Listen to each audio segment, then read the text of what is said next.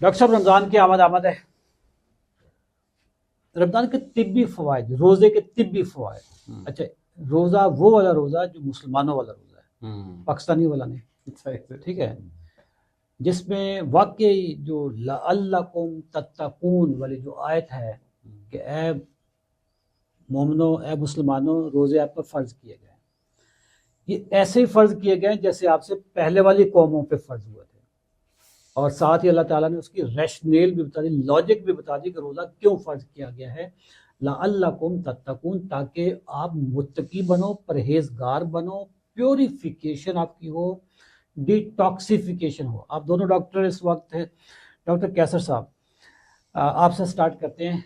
रोज़े के जो मेडिकल बेनिफिट्स हैं वो तो सर कुछ चीदा चीदा बेनिफिट्स शेयर करें। सर, रोज़ा बज़ाते ख़ुद एक बहुत ही बेनिफिशियल चीज़ है, क्योंकि रोज़े से आपके जिस्म में जो डिटॉक्सिफ़िकेशन वाला प्रोसेस होता है, डिटॉक्सिफ़िकेशन का एक तरह से ये मतलब है कि आपकी बॉडी सारी की सफाई हो जाती है। ओके, लाइक आपके यानी जितने बाल सफाई हाँ, होगी हाँ, है? लाइक आपको एक रमज़ान का महीना है, अगर इसमें सही तरह से रोज़े रखे जाएँ जो कि मुसलमानों वाले हैं, तो इससे जो तिब्बी फ़वाइद मेडिकली हैं वो बहुत ही ज़्यादा है। क्योंकि हमारे यहाँ उन लोगों को पता नहीं है कि रोज़े के फ़ायदे क्या हैं, अगर वो सही तरीके से रोज़े रखते हैं तो। इसमें जहाँ हम बात करते हैं डिटॉक्सिफ़िकेशन का प्रोसेस है, तो वो बहुत इंपॉर्टेंट है कि उससे आपकी पूरी बॉडी की डिटॉक्सिफ़िकेशन होती है। सेकेंडली, इसमें जो इंसुलिन रेजिस्टेंस है, इंसुलिन रेजिस्टेंस आपकी जो कम होती है वो होती है एक प्रॉपर एक न्यूट्रिशन सही तरीके से लेने से। अगर आपने सही तरीके से खुराक में ये रद्द-बदल कर लिया, सही तरीके से ले ली, तो इंसुलिन रेजिस्टेंस के साथ जो जुड़ी हुई बीमारी है, जिसमें टाइप 2 डायबिटीज़ है, फैटी लिवर है, कोलेस्ट्रॉल के मसले मसाइल हैं, मोटापा है, ख़वातीन में ब्लड पीसीओएस के प्रेशर है। ख़वातीन में पीसीओएस का मसला होता है, ब्लड प्रेशर का ज़्यादा हो जाना किसी हद तक और यूरिक एसिड का ज़्यादा होना। ये सारी बीमारियां किसी हद तक इसके साथ बेहतर हो जाती हैं। इसके अलावा जो इसके साथ ऑटोफेजी वाला फिनोमिना है कि जिसमें आपके जो डेड सेल्स होते हैं वो अपने आप को ही डिस्ट्रॉय कर लेते हैं, जिसमें कैंसर में कन्वर्जन का प्रोसेस उनका स्टॉप हो जाता है और एक बॉडी आपकी हेल्थी स्टेट में चली जाती है। ऑटोफेजी, डॉक्टर महबूब साहब, थोड़ा सा आप एक्सप्लेन करें कि व्हाट इज दिस ऑटोफेजी के। इसका जो अगर लिटरल मीनिंग देखें तो ऑटो और फेजी यानी अपने आप को खाना। ठीक है, वैसे तो सारा पाकिस्तान ही कर रहा है। ठीक है, अपने आप को ही खा रहे हैं हम। बिल्कुल ऐसे तो ये रोज़ा ऑटोफेजी में क्या, ये क्या रोल प्ले करता है? सर, ऑटोफेजी ये है कि एक सेल के अंदर हंड्रेड्स ऑफ छोटी छोटी चीज़ें काम कर रही होती हैं। जो पार्ट प्रॉपरली काम नहीं कर रहा, सेल अपने उसी पार्ट को इनगल्फ कर लेता है, ख़त्म कर देता है और उसको फिर बाद में दोबारा रिप्रोड्यूस करता है नए तरीके से। लेट्स सपोज, इसको आम चीज़ों में आम लैंग्वेज में समझा रहा हूँ, तो सेल का वो पार्ट जो पुर्जा जो कमज़ोर है, समझे कि जिस तरह साल बाद ईद पे नए कपड़े नहीं मिलते, तो उसको वो ख़त्म करके वो उसको दोबारा प्रोसेस स्टार्ट करता है, तो एक नई जान आ जाती है सेल में। सर, इस वो एक प्रोसेस को ऑटोफेजी बोलते हैं। जापानी साइंसदान था, डॉक्टर योशीनोरी। हाँ, योशिनोरी ओशुमा, ओशुमी। उसको नोबेल प्राइज मिला था। बिल्कुल ऐसे ही सर, ठीक वो है। मेडिसिन का नोबेल प्राइज था 2016 में उसको मिला था। उसी ने ही ये ऑटोफेजी को बहुत ज़बरदस्त तरीके से डिस्क्राइब किया था और बाद में फिर बहुत सारी रिसर्च उसके प्रोसेस है, उसके काम से आगे निकली थी। और उसने उस वक़्त अपनी रिसर्च में ये बात बताई थी कि जो बेस्ट फास्टिंग का तरीका है ना, वो वही है जो मुस्लिम्स रोज़ा रखते हैं। ओके, उससे बेस्ट तरीके से फास्ट नहीं किया जा सकता। अच्छा, ज़ाहिर है वो अल्लाह ताला का प्रेस्क्राइब फार्मूला है, ज़ाहिर तो बात वो है। उससे बेहतर क्या होना।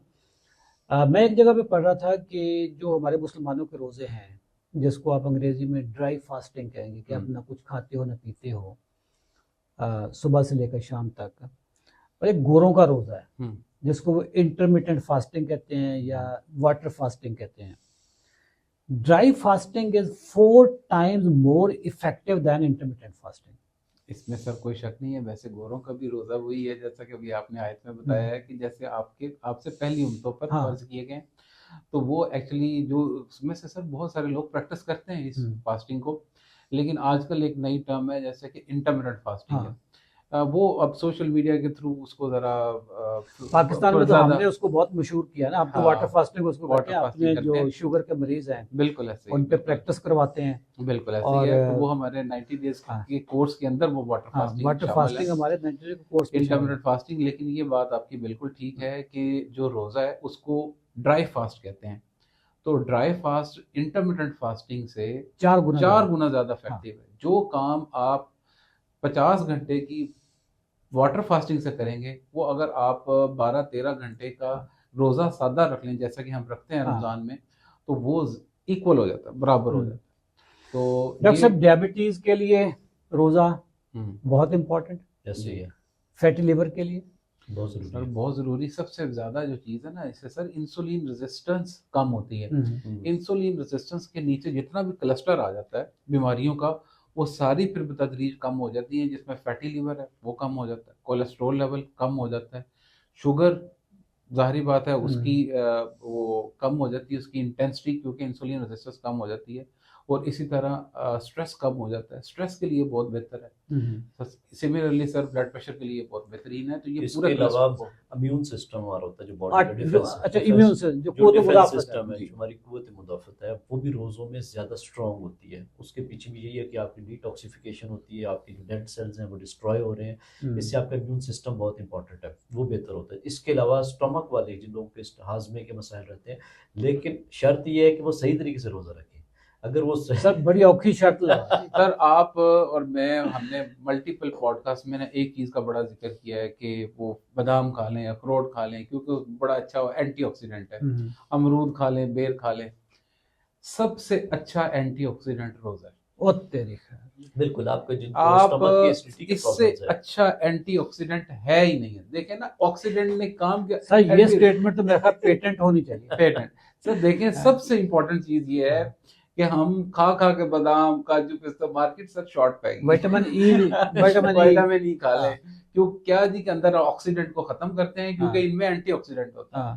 Sir best antioxidant is fast, क्योंकि जिन लोगों के स्टमक के मसले मसाइल रहते हैं, कुछ लोगों को गर्ड के मसाइल होते हैं, कुछ लोगों को डाइजेशन प्रॉपर नहीं होती, ब्लॉटिंग के मसाइल होते हैं, गैस, अफारा, बहुत सारे मसले मसाइल होते हैं, तो उनके लिए रोज़ा अगर सही तरीके से रखते हैं तो वो मैदे के सारे मसले मसाइल से बच सकते हैं। सही है, बार बार कह रहे हैं सही तरीका, सही तरीका। नाज़रीन, अगली वीडियो में हम यही बताएंगे कि वो कौन सा सही तरीका है जो जिससे सही वाला रोज़ा होगा। इसके रूहानी जहाँ तक ताल्लुकात है ना, रूहानी तौर पे रोज़े में इंसान बहुत स्ट्रांग होता है, तो उससे ना इमोशनल वेलबींग बहुत बेहतर होती है, मेंटल पीस बहुत अच्छा आता है, जिससे कुछ लोगों के स्ट्रेस, एंग्जाइटी काफ़ी हद तक वो रिड्यूस हो जाती है रमज़ान के महीने में। ज़बरदस्त। नाज़रीन, रोज़े रखें, शुगर के मरीज बिल्कुल रोज़े रख सकते हैं। हमारी अगली वीडियो उसी पे आपको नजर आ जाएगी।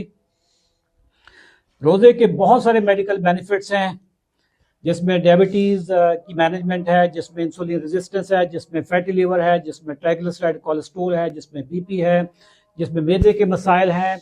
रोज़ा रखें, रोज़ा मुसलमानों पे फ़र्ज़ है, ऐसे ही फ़र्ज़ है जैसे पहले वाली कौमों पे था।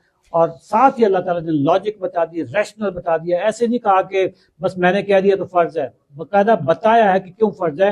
लअल्लकुम तत्तकून, ताकि आप मुत्तकी परहेजगार बन सको, डिटॉक्सिफाई अपनी बॉडी को कर सको, रूह को कर सको, अपनी बॉडी को, रूह को प्योरीफाई कर सको। अगर ये वीडियो आपको अच्छी लगी है, चैनल को ठोक बजा के सब्सक्राइब करें और इस वीडियो का लिंक अपने व्हाट्सएप के जितने भी आपके दोस्तों यारों के ग्रुप्स हैं सब में डालें कि अशरफ चौधरी फातिह अबीतस ने ये बोला है कि रोजा आपके जो डेड सेल्स हैं वो आपकी बॉडी से कम होना शुरू हो जाते हैं, खत्म होना शुरू हो जाते हैं। इस प्रोसेस को कहते हैं ऑटोफेजी, और जापानी साइंसदान को इसी मौजू पे नोबेल प्राइज मिला था। Thank you, Allah Hafiz.